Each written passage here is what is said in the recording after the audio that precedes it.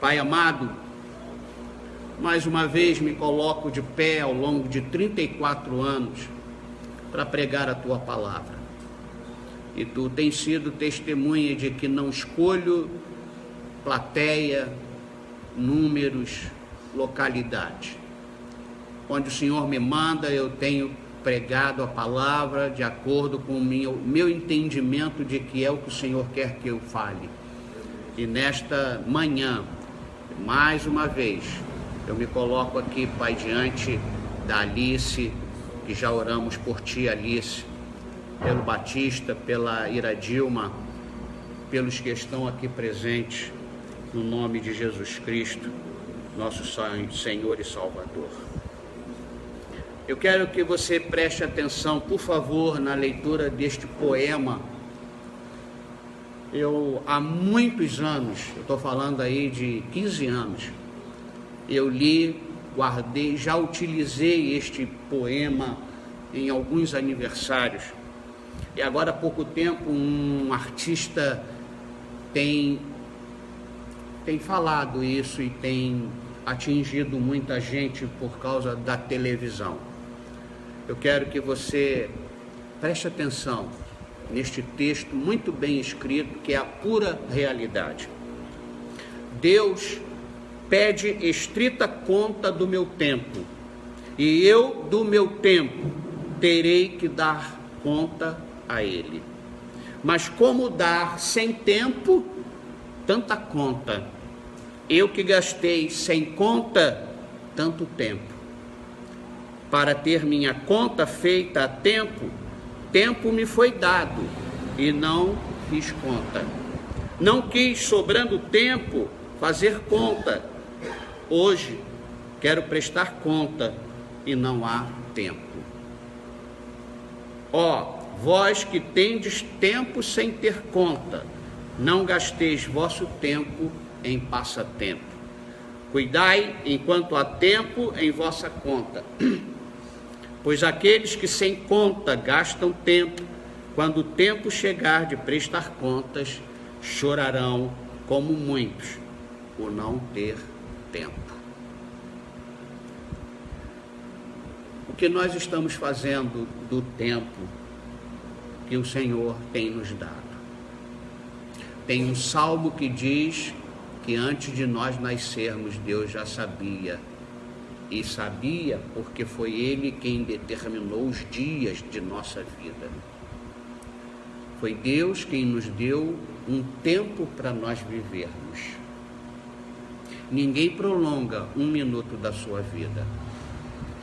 Ninguém tira a vida de ninguém antes do tempo. É um equívoco dizer: se você não se exercitar, não mudar a alimentação, você vai morrer mais rápido. Errado. Não é assim que funciona. O nosso tempo não é abreviado ou aumentado por causa da nossa disciplina. A nossa disciplina pode fazer com que vivamos melhor durante o tempo que o Senhor nos concedeu viver. Interessante que o dia tem a mesma quantidade de horas desde há muitos anos. O dia tem a mesma quantidade de horas para todos. Eu vivo as mesmas 24 horas que você. Mas em algumas circunstâncias, para uns o tempo passa rápido, para outros o tempo demora a passar. Alguns exemplos. Quando a gente está assistindo um jogo de futebol, quando o nosso time está ganhando, a gente quer que termine logo. E a gente diz assim: mas o tempo não passa. Mas o outro que está perdendo, ele está querendo que demore a passar para que o time dele possa empatar ou virar. Mas o tempo tem a mesma quantidade de minutos, de horas.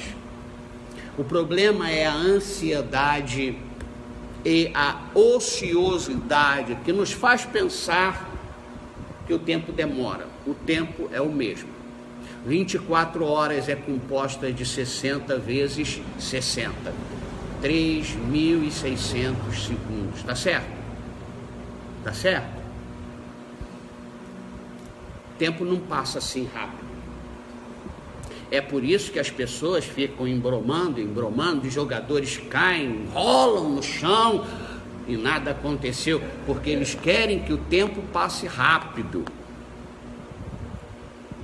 Por exemplo, tem muita gente que acha que o culto passa rápido. Sabe por quê? Ele está absorvido, ele não está olhando o relógio, ele não está preocupado com o tempo. Para outros, há 10 horas eu olhei, faltavam 5 minutos e ainda faltam 5 minutos. Por quê? Porque a pessoa não está vivendo, não está absorvido com aquilo, está pensando no lá fora, quero sair logo daqui. Eu vou usar hoje 3 textos bíblicos, porque não adianta filosofar. Pastor não pode viver de poesias e poemas e versos e trovas. Ele tem que viver da pregação da palavra. E eu vou compartilhar com vocês 3 textos que falam sobre essa questão. A nossa administração no tempo, a nossa dependência de Deus nesse tempo. Esse tempo vai acabar para uns antes de muitos outros, mas vai chegar um momento em que o tempo vai acabar para todos simultaneamente. O primeiro texto que eu quero usar é o Tiago capítulo 4, versículo 14. Outro problema que nós precisamos corrigir na nossa vida é o que Tiago nos orienta, nos ensina. Eu vou pedir que você fique de pé para a leitura desse primeiro texto só. Tiago 4,14. Obrigado, pastor. É 14 e 15. Tá bom. Glória a Deus. Primeiro texto, acharam? Quem achou, diga, eu achei. Você também que está aí na internet, aí no Facebook. Vamos lá, olha o que Tiago... Eu vou ensinar para vocês no estudo bíblico, livro por livro, por que cada livro foi escrito. E este livro de Tiago, esta epístola foi escrita porque os crentes estavam tendo muitos comportamentos errados. Um dos comportamentos era este aqui. Versículo 14 de Tiago 4. Vós não sabeis o que sucederá amanhã. Eu falei na quarta-feira, como você pode dizer, o senhor não vai morrer não? Quem disse que eu não vou morrer? Eu vou morrer sim. Com que autoridade alguém pode dizer, não vai ser agora não? Ninguém tem esse entendimento, esse conhecimento. Vou repetir, vós não sabeis o que sucederá amanhã. Que é a vossa vida? Sois apenas como que aparece e logo é assim que você é. Em vez disso,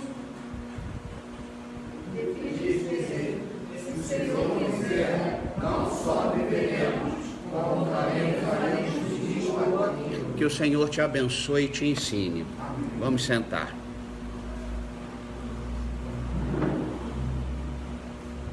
Vós não sabeis o que sucederá amanhã. Eu não sei o que vai suceder daqui a pouco.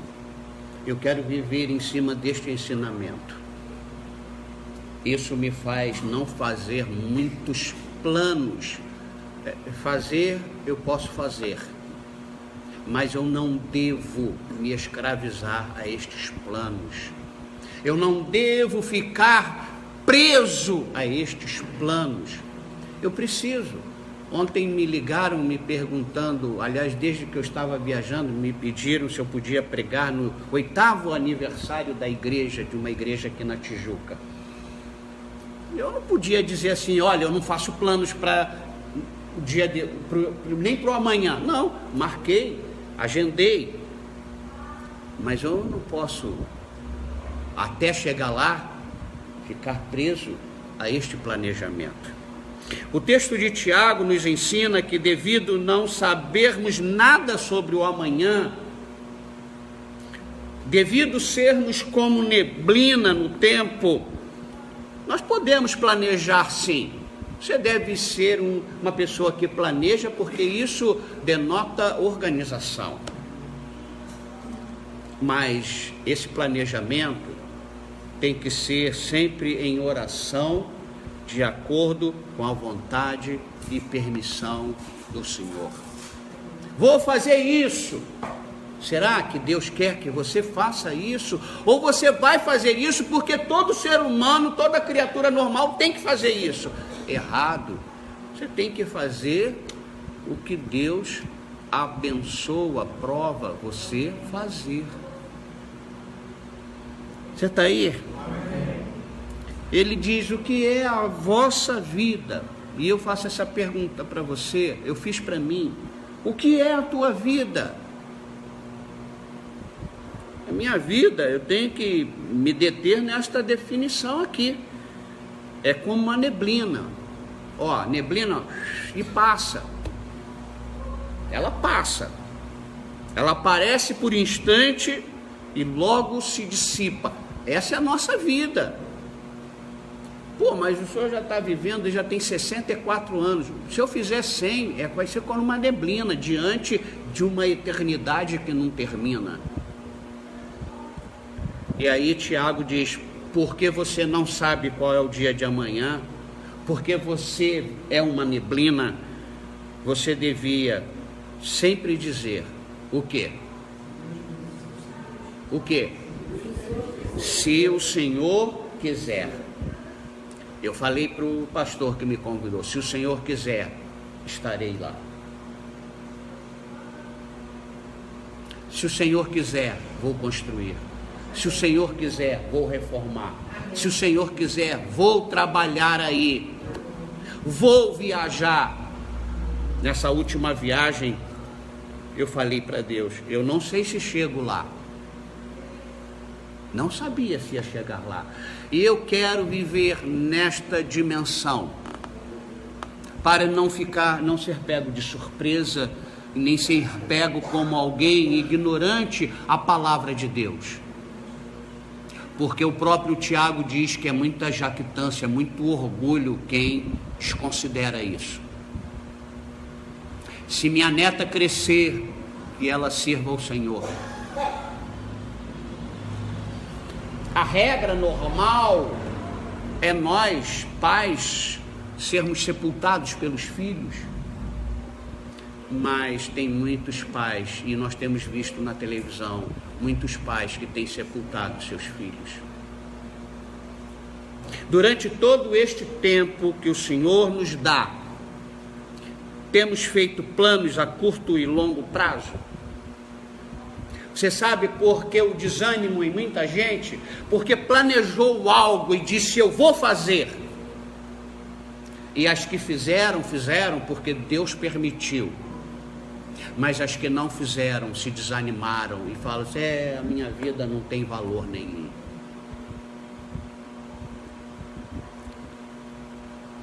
O que você tem feito com o tempo que o Senhor tem dado para você? Ele vai te pedir conta deste tempo que você fez. A vida, gente, a vida é muito curta para não planejarmos em oração e na dependência do Senhor. Você parou para perguntar para Deus: é isso que o Senhor quer que eu faça? Isso é planejar com aquele que é o dono do tempo. Mas às vezes a gente quer tanto mudar uma situação, uma circunstância, que a gente faz aquela oraçãozinha: ô Senhor, nos abençoe nisso, amém, em nome de Jesus, amém. Aí a gente pergunta: você orou? Eu orei. Mas você esperou a resposta de Deus? E essa é a questão. Vamos para o segundo texto. Salmo 144, versículo 4.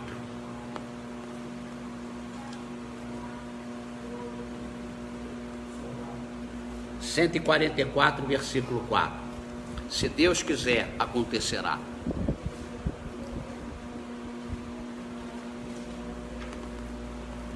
às vezes nós ficamos assim, tão empolgados com determinados temperamentos, que diz, eu vou fazer, senão eu mudo meu nome. Bobagem, tolice.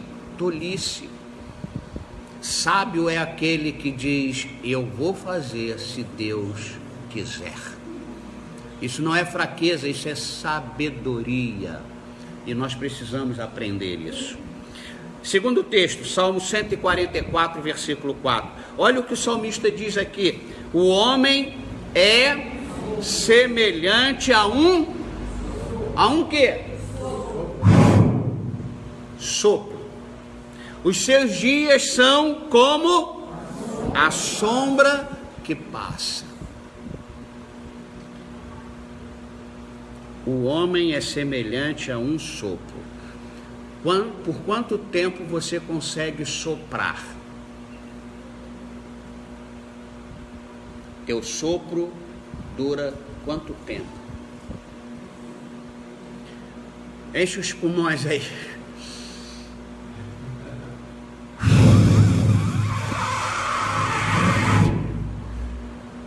É isso que o salmista está dizendo que o homem é.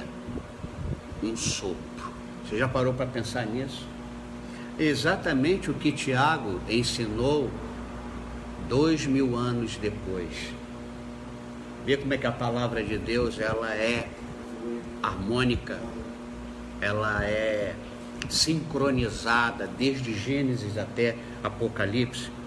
O texto lido está afirmando que por mais que um homem viva, ele é comparado a um sopro, e os seus dias que compõem o tempo são como a sombra que passa. Duas observações sobre o sopro.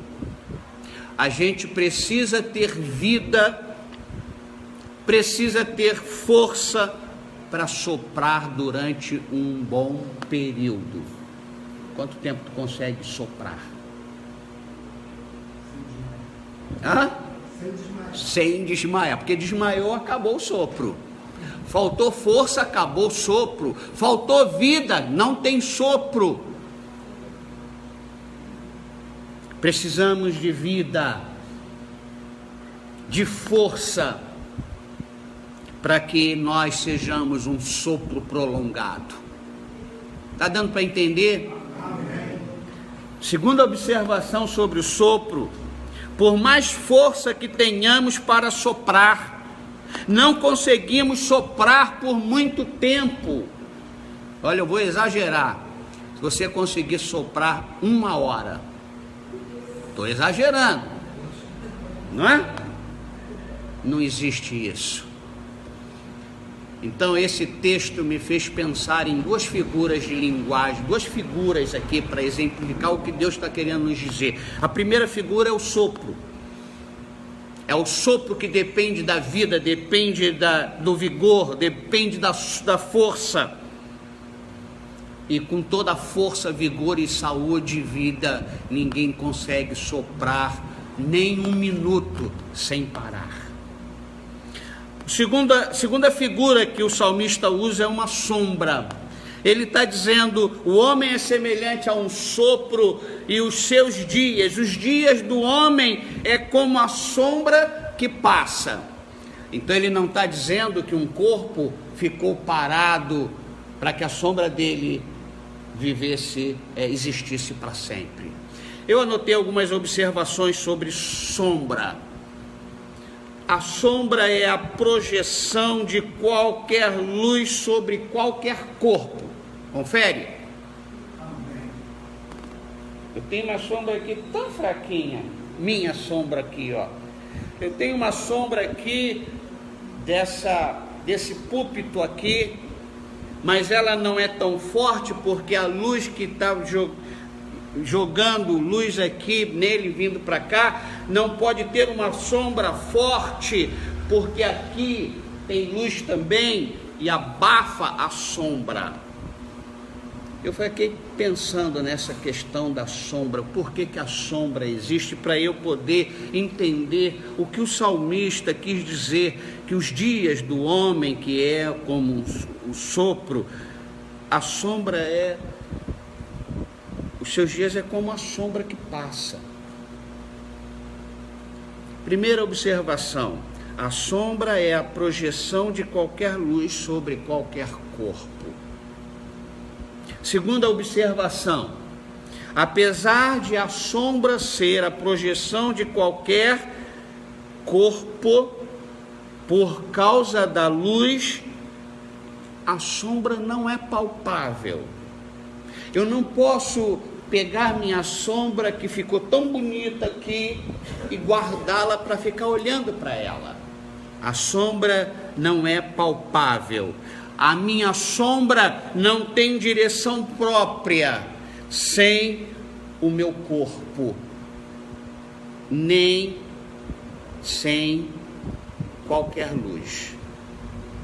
Para existir sombra, tem que existir corpo e tem que existir luz. Está dando para tem alguns espirituais que já estão conseguindo entender o que Deus está querendo dizer aqui. Só existe sombra porque existe corpo e existe luz. Terceira observação é que apesar de a sombra ser a projeção do corpo, o corpo não tem como preservar a sombra sem luz.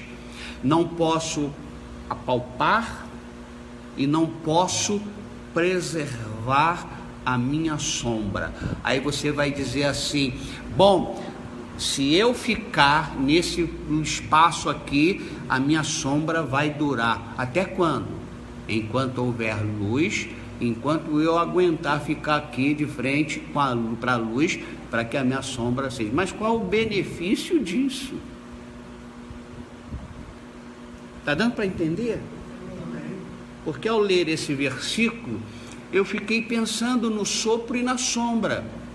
E muita gente, coitado, não consegue entender que é um sopro. E que seus dias são uma sombra que não são palpáveis, não tem direção e depende de luz. E se vier outra luz, a sombra vai embora. Ou seja, se a sombra passa. E a última observação que eu coloquei aqui é: não havendo luz, ou seja, trevas, escuridão. Eita, esse negócio aqui está precisando se aposentar. Caiu aqui. Não havendo luz, ou seja, está no escuro, está em trevas, não há sombra, mesmo havendo corpo. Você já parou para perceber que seu corpo não vai projetar sombra sem luz? Nas trevas não há luz. Consequentemente, não haverá sombra. Então, se nós, disse o salmista, se nós somos como um sopro, e conforme eu fiz aqui, eu não consegui soprar 10 segundos. Assim eu sou. Por que o orgulho de mim? Se a minha existência não tem um tempo considerável, por mais que eu viva, porque eu sou um sopro. Por que tanta jactância, se nem sombra meu corpo pode projetar sem luz?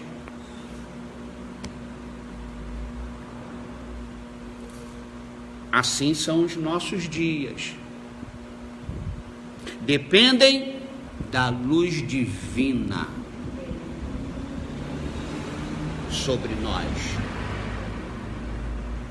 Porque é muito triste quando pessoas nem sombra conseguem projetar. E não conseguem projetar porque estão nas trevas. Está dando para entender?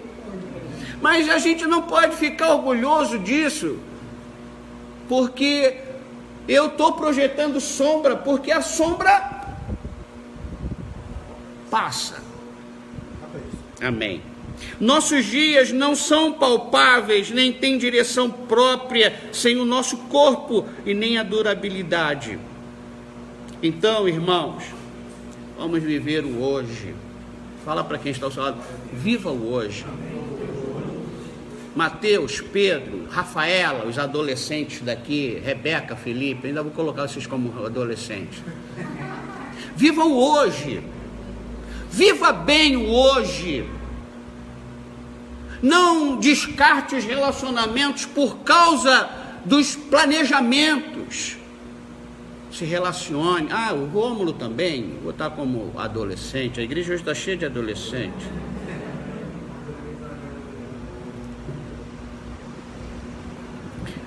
O que nós temos feito com os dias, o tempo que o Senhor nos deu aqui na terra, que acaba rapidamente.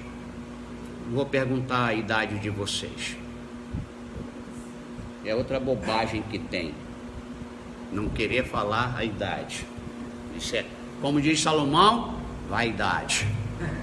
Vaidade por algo que daqui a um minuto ficou mais velho. E eu não tenho como ir lá atrás. Mas eu vou respeitar a vaidade de pessoas. Como e onde temos investido o tempo que o Senhor nos dá, que teremos de prestar conta? Como é que você tem vivido os seus dias? Eu estou fugindo de tanta tensão. Aí você vai falar assim, mas é porque você já está velho. Esse é o problema, quando a gente atinge uma maturidade, quando a gente começa a ter certa sabedoria, fala que não é sabedoria, é velhice. Não é velhice não. Eu vejo tanta gente apavorada em perder o emprego. Ela está perdendo mais tempo na vida, preocupada, ansiosa, do que se ela seguisse o conselho que eu vou dar hoje à noite. Porque muita gente está doente, não morrendo, doente, por causa da ansiedade. E o próprio Senhor disse, não andeis coisa alguma. E a referência aqui era comida e roupa. Não era aquisição de bens, era coisas básicas, comida e roupa. Ele está falando, não andeis ansiosos, nem pela comida e nem pela roupa. Quantas pessoas têm deixado de cultuar o Senhor, porque tem que ganhar dinheiro, porque tem medo do patrão, e tem que ficar fazendo a vontade do patrão.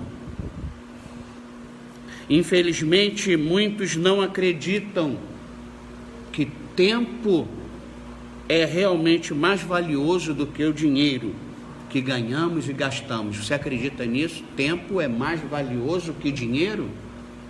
Porque isso é uma verdade. Existe até um ditado popular que afirma: tempo é dinheiro. Se você tiver mais tempo com Deus, com certeza você vai ser mais abençoado do que quem está ganhando dinheiro. A bênção do Senhor. Eu não estou falando, e a Bíblia não nos ensina a cruzar os braços, muito pelo contrário, a Bíblia corrigiu os Tessalonicenses que Jesus vai voltar, então para que trabalhar? E Paulo disse, aquele que não trabalha, também não coma. Então a Bíblia não nos alicia a erros ou preguiça. A Bíblia nos coloca num equilíbrio. Fala para quem está ao seu lado, você precisa trabalhar com equilíbrio. Você tem que estudar com equilíbrio. Você tem que ter lazer com equilíbrio. Você tem que dormir com equilíbrio. Você sabe que uma noite perdida, minha avó, que não tinha instrução, há mais de 60 anos, ela dizia: uma noite de sono perdida você não recupera jamais. Passou. Vamos para o terceiro texto, Efésios 5,15. Efésios 5,15.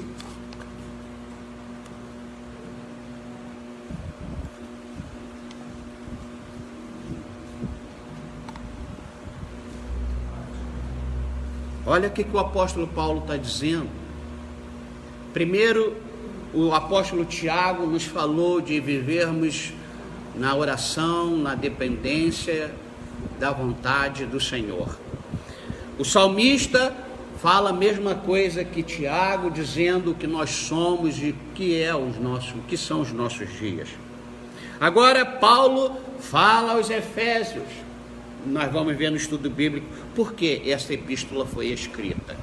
Você precisa ter esse ensinamento. Vamos lá, Efésios 5,15. Portanto, vede prudentemente como andais, não como nécios, e sim como sábios. Quando fala andar, é viver, é como se acorda, como você vai, por onde você vai. Primeiro ensinamento: andar prudentemente como sábio e não como nécio tem a ver com viver sabiamente ou loucamente o tempo que recebemos e que prestaremos conta.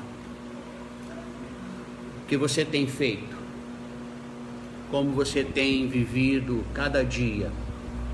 Por que nós temos que planejar 10 anos, 5 anos?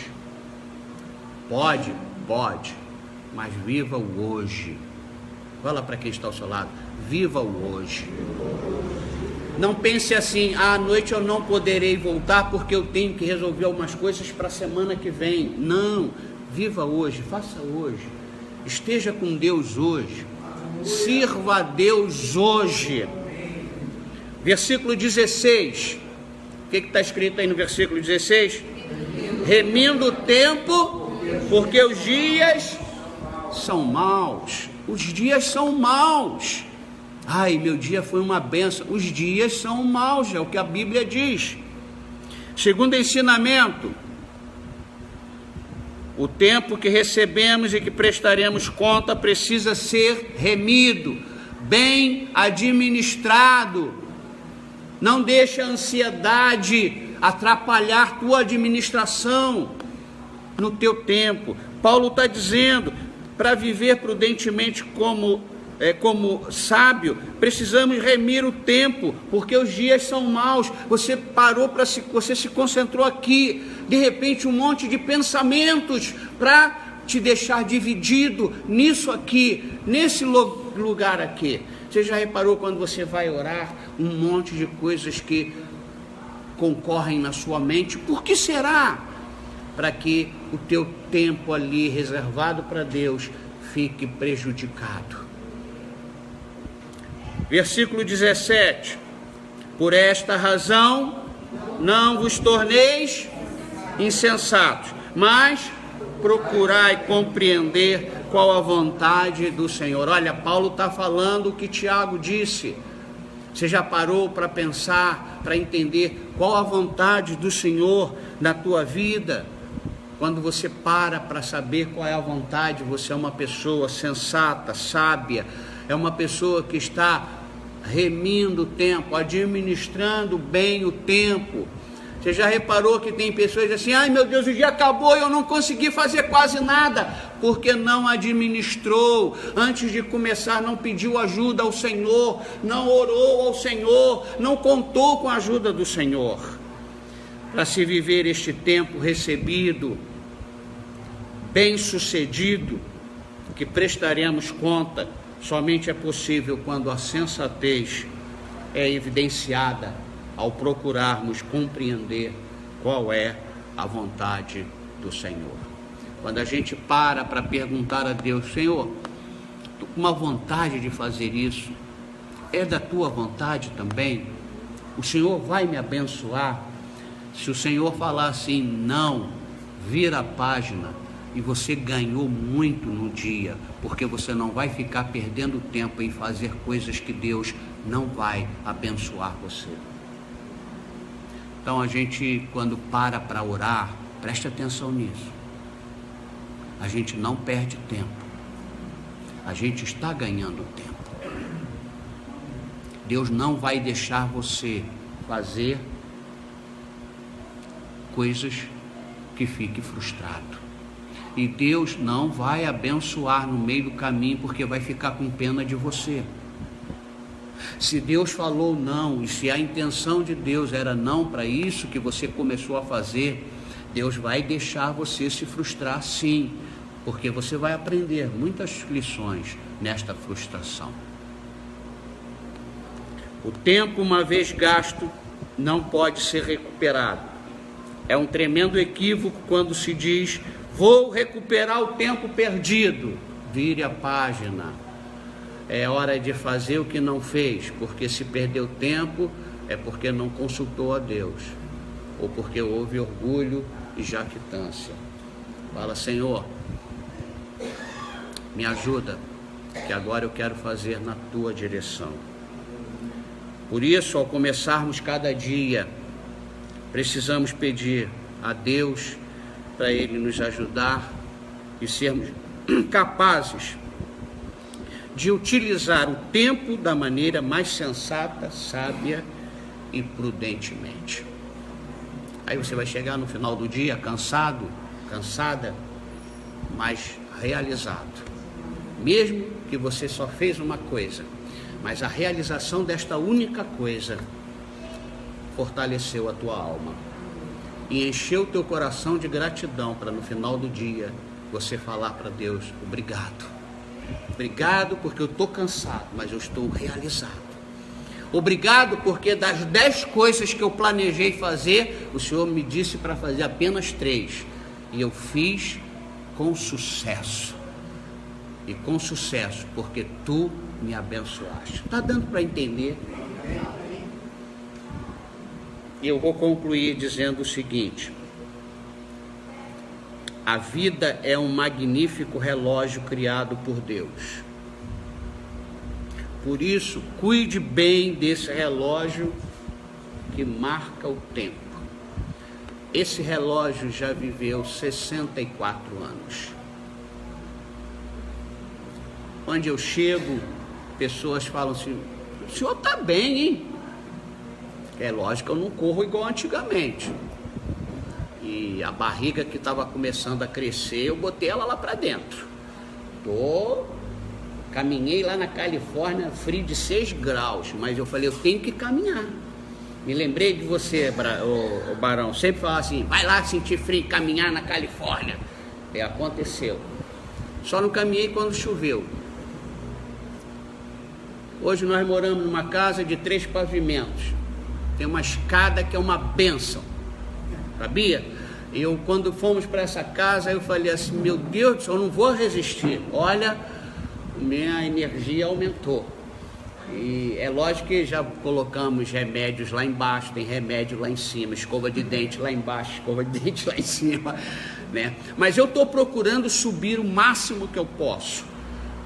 O teu corpo é uma máquina.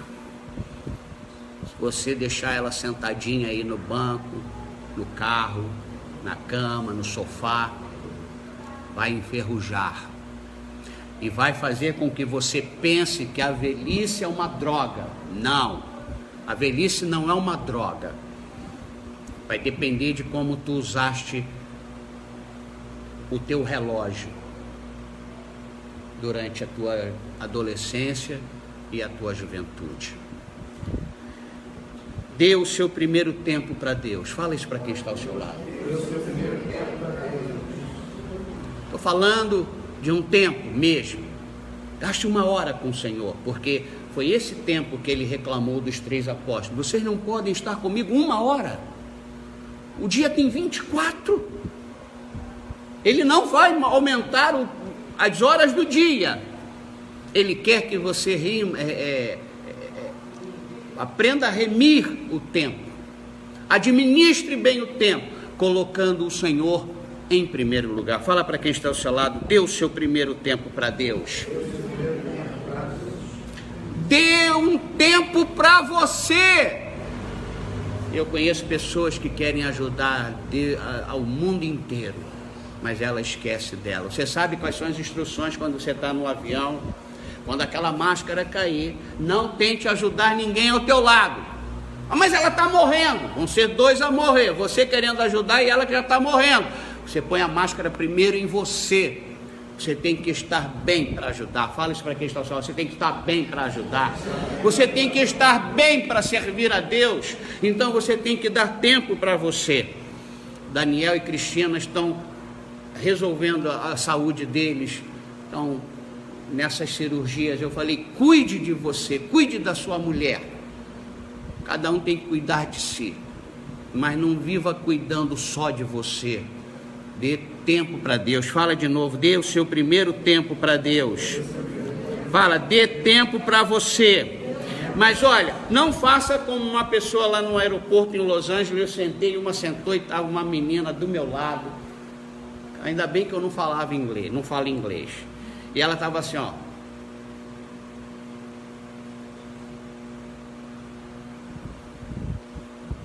Com o celular. Cara, eu fiquei meio que agoniado, sabe? Você está entendendo? A menina assim, ó. Aí vai, ó. Aí aproximava para ver a espinha. Gente, isso é dar muito tempo para si. Eu só queria falar inglês para perguntar a ela, quanto tempo você deu para Deus? Quanto tempo nós damos para Deus? Ah, eu não vou poder estar na igreja não. Por quê? Ah, porque eu tenho que resolver um monte de coisas.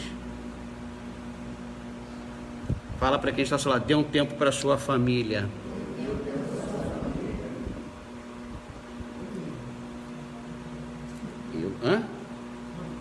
Eu gostei da declaração do Zagallo quando foi homenageado pela Federação Carioca de Futebol. Falei isso quarta-feira, eu vou repetir. Deram um prêmio para ele. O nome da Taça Guanabara está Mário Jorge Lobo Zagallo. E ele agradeceu lá o cara lá da federação. Ele disse, muito obrigado. E muito obrigado porque pensou em mim. E muito obrigado porque pensou em mim enquanto eu estou vivo. Olha, sabedoria. Ele falou assim, depois que eu morresse eu não ia poder desfrutar isso. Então tem gente que fala assim, vamos homenagear o fulano que morreu, ele foi um marco na história. Cara, ele tinha que ter sido homenageado quando estava vivo. Depois que está morto, ele nem sabe que foi homenageado. Estando em cima ou estando embaixo. Não sabe se foi homenageado. Fala para quem está ao seu lado, dê o seu primeiro tempo para Deus. Dê o seu tempo para você. Dê tempo para você. Tem gente que precisa se tratar. Tem gente que acorda, a cara toda amarrotada, vai trabalhar. Hoje está um relaxamento só. Tem gente indo para, nem põe cinto na calça e aparecendo a parte íntima. Se cuide.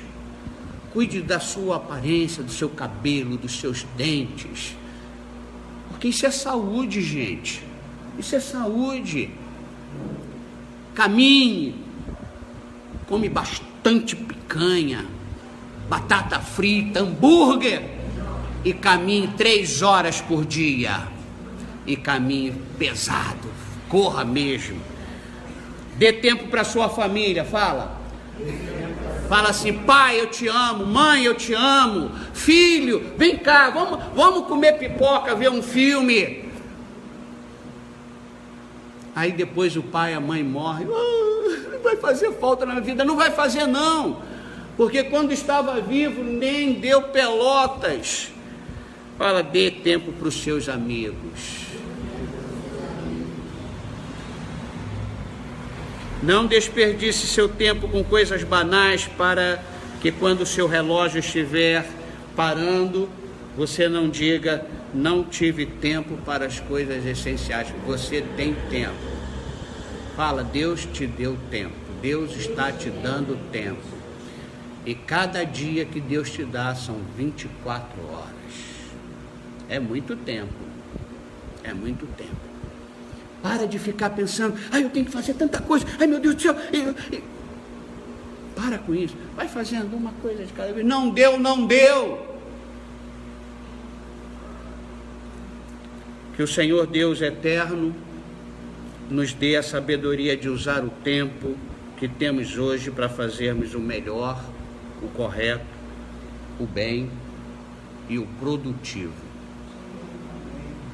Que o Senhor Deus eterno nos ensine a investir nosso tempo naquilo que dura, naquilo que é a sua vontade e totalmente na dependência dele. Que o Senhor Deus eterno nos ajude a usar o nosso tempo para influenciar e abençoar todos aqueles com quem temos contato, para que possam se aproximar mais do Senhor.